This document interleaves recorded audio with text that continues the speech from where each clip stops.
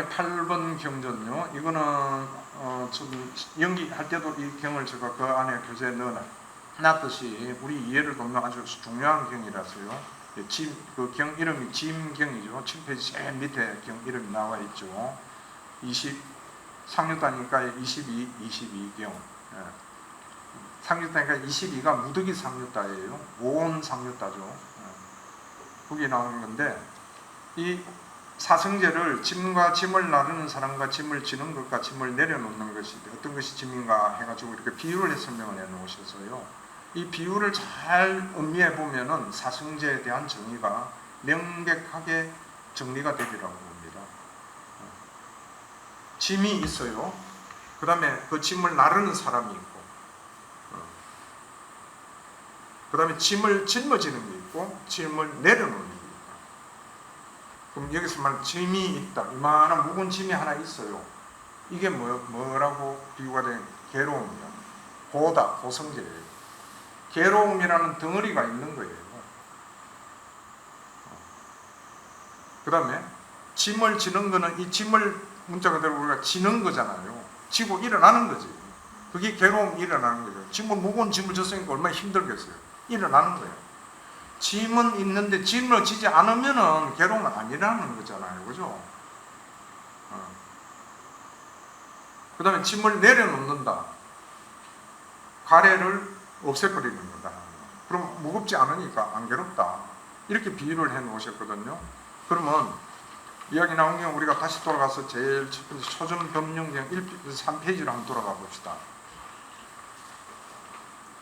3페이지 동그라미 1번 이것이 괴로움 고성제가 나오잖아요. 어떤 것이 괴로움인가? 아까 8가지라고 그랬잖아요. 생로병사하고 그 다음에 싫어하는 것과 만나고 좋아하는 것과 하고 원하는 것 얻지 못하는 것, 그 다음에 지창부들 이렇게 8가지를 했는데 이게 뭔가 하면 괴로움이라는 거예요. 그럼 이게 뭔가 하면 짐이라는 거예요. 이러한 덩어리가 있다 하는 겁니다. 짐의 종류가 여러 가지가 있겠죠. 뭐 조그마한 짐도 있고 큰 짐도 있고 뭐 쇠로 담아놓은 짐도 있을 것이고, 그러듯이 여기에서 8가지로 설명을 해놓은 게 이와 같은 괴로움이라고 이름 불려지는 그런 무더기가 있다 하는 거죠. 이 자체가 괴롭다는 건 아니에요. 고성제가. 예를 들어 좋아하는 것들과 헤어졌다. 좋아하는 것과 헤어졌을 때 어떻게 괴로워지는 게 뭔가 하면 괴로움이 일어나야 괴로울 거 아니에요. 그럼 이건 집성제가 돼야 된다는 이야기죠.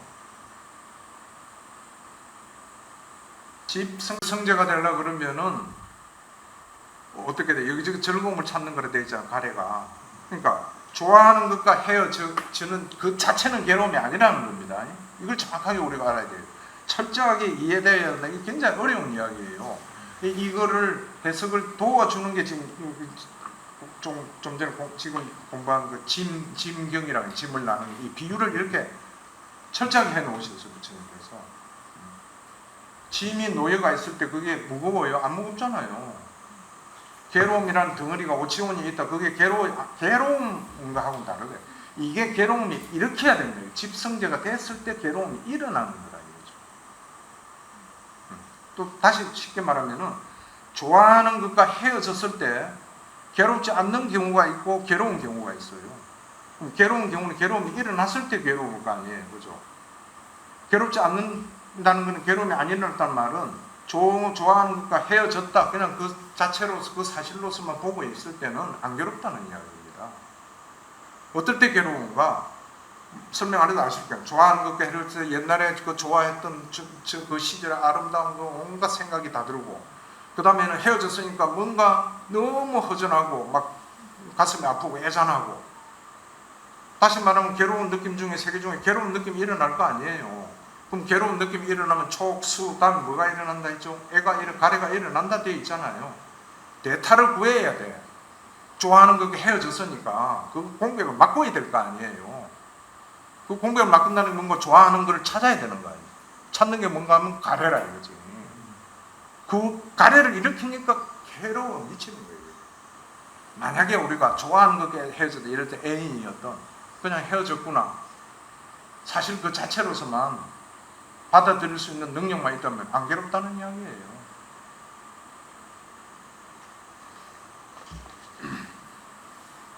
그걸 또 조금 다른 각도에서 비유해 놓은 게 아까 우리가 그 의사 이야기 나왔잖아요.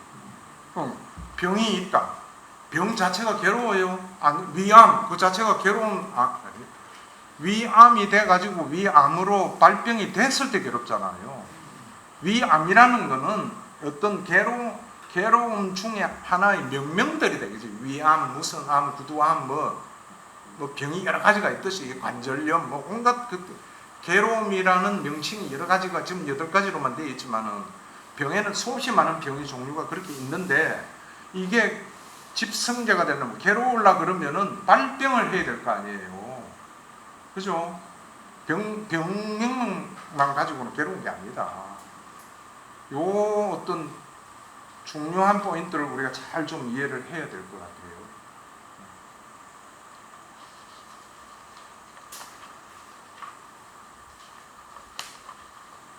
그래서 짐경 이게 사성제를 잘 비유한 내용이다 해가지고 짐은 고성제라 그랬죠.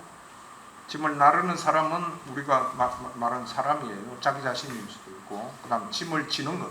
짐을 졌을 때 비로소 무거워지는 거예요. 집성제죠. 그 다음에 짐을 내려놓았을 때 비로소 멸성제가 된다.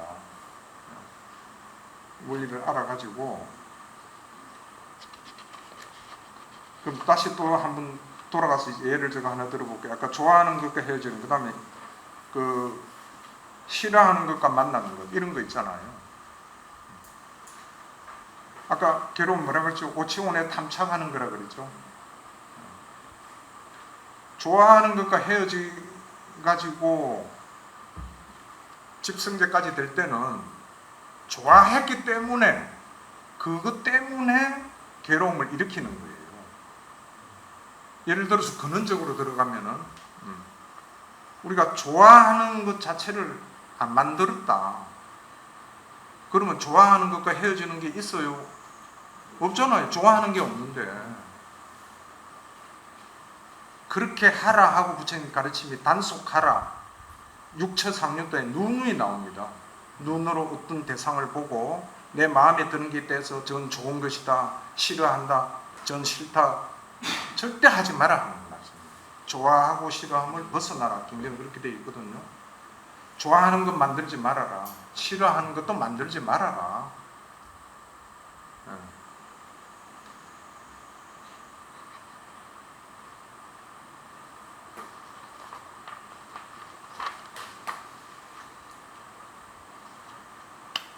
그 다음 넘어가 보겠습니다. 8페이지 9번. 이것도 참고가 되실 것 같아서 제가 역경을 따놨어요. 사성제 4가지 진리 중에 순서가 있는가, 어떤 관계인가, 이런 거에 대한 아주 도움이 되는 경이죠. 무슨 말인가 하면은, 괴로움을 본 사람은, 그러니까 고성제를 정확하게 간통을 한 사람은 집성제, 멸성제, 도성제도 같이 봐지게 된다, 이런 말이에요. 그죠? 그 지금 경이 그리 되어 있습니다. 사성제 중에 어느 하나만이라도 제대로 보면은 나머지 3개도 다 보이게 된다.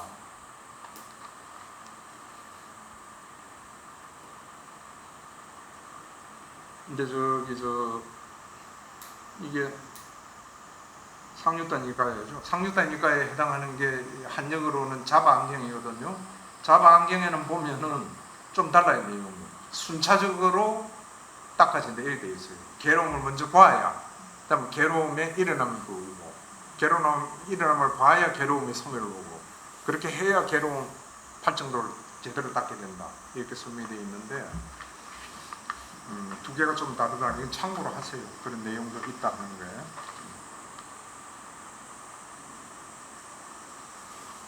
그 다음에 10번 경유. 이건 보디 왕자하고 부처님하고 서로 나눈 대화가 나오는 경입니다. 그 경 이름은 9페이지 그 경 하단에 이렇게 보면, 중간 보면 M85 보디 왕자 경 이렇게 되어 있죠.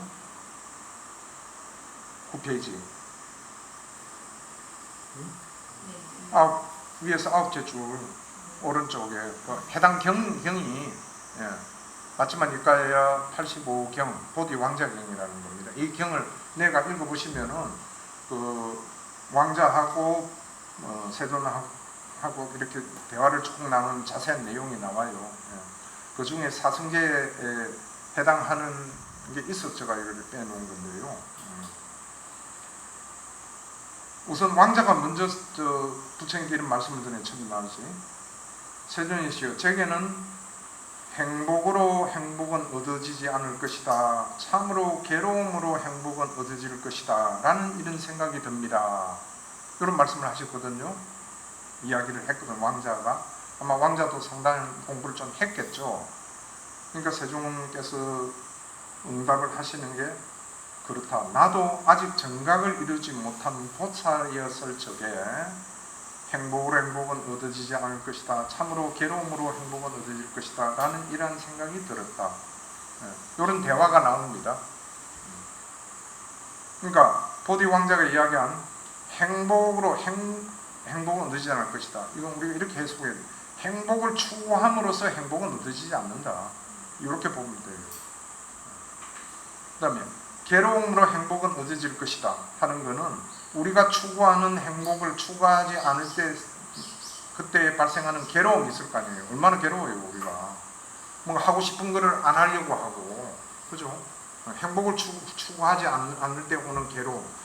그렇지만 그런 걸 감내하는 그 자체, 그렇게 함으로써 행복은 얻어질 것이다. 이 비슷한 문구는 다른 경전에도 많이 나오죠. 이런 생각이 든다 이러니까 부처님께서도 나도 옛날에 깨닫기 전에는 그런 생각을 했다.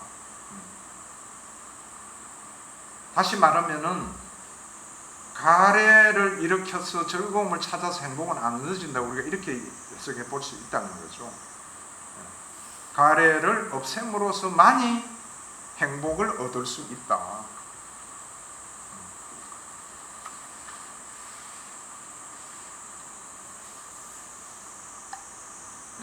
그렇게 이제 대화를 했고, 그 똔똔똔똔 하는 거는 중간에 생략했다는 이야기입니다. 그 경전을 꺼내가 보시고요. 그 다음에 이제 보디 왕자가 다시 묻습니다. 얼마나 오랫동안 비구가 열애의 지도를 받아야 좋은 가문의 아들 집에서 나와 추구하는 목적인 위없는 청정동맹의 완성을 지금 여기에서 스스로 최상의 지혜로 알고 실현하고 부족하여 머물 수 있습니까? 이렇게 묻거든요. 그러니까 부처님께서 하시는 말씀이 5가지 노력하는 자의 구성 요소가 있다 해서 동그라미 1, 2, 3, 4, 5 이게 5가지 노력하는 요소를 말씀하시고, 요거를 이 5가지 노력하는 요소를 노력을 쭉 하면은 이러한 기간 내에 그러한 것을 구족할 수 있다 하고 대답을 했습니다. 이게 특히 우리가 불법을 공부하고 수행하는 자들은 많은 도움이 되죠. 그럼 우선은 5가지 구성하는 요소는 무엇인가? 첫째, 믿음이 있어야 열애의 깨달음의 믿음을 가집니다. 아까도 제가 말씀드렸죠. 믿음이 얼마나 중요하다는 것을. 이 요소를 가져야 되고요. 두 번째, 병이 없고 고통이 없으며 음식을 고루 소화시키도록 알맞은 불의 요소를 부족하여 정진을 감내한다. 이런 건 수행자들이 잘 좀 참조해야 될 부분이고, 이와 비슷한 문구는 경전에 거의 잘 안 나옵니다. 내가 볼 때도 아주 드물게 이러한 말씀을 해요. 또 소위 말해서 건강을 잘 챙기고 소화가 돼야만 수행도 제대로 된다 하는 말씀을 아주 드물게 표현을 해 놓으셨어요.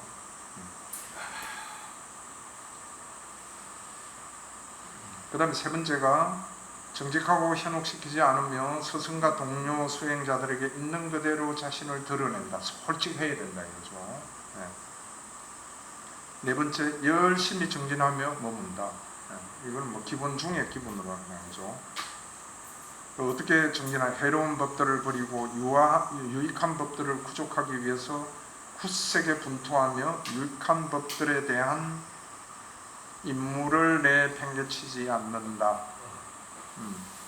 임무를 내팽개치지 않는다. 우리가 유익한 법들에 대한 임무, 당연히 우리의 임무죠. 불법을 공부하는 사람에게는. 그럼 유익한 법들에 어떤 거 하면은 아까 정 회장도 그런 말씀했지만 유익한 법들이 어떤 거다 하고 지금 자기 속에서 일어나는 현상하고 유익한 법을 대비를 시키면은 지금 일어나고 있는 자기 속에서 일어나고 있는 게 유익하지 못한 법이다 하는 경우가 더 많아요. 현재 우리들에게는.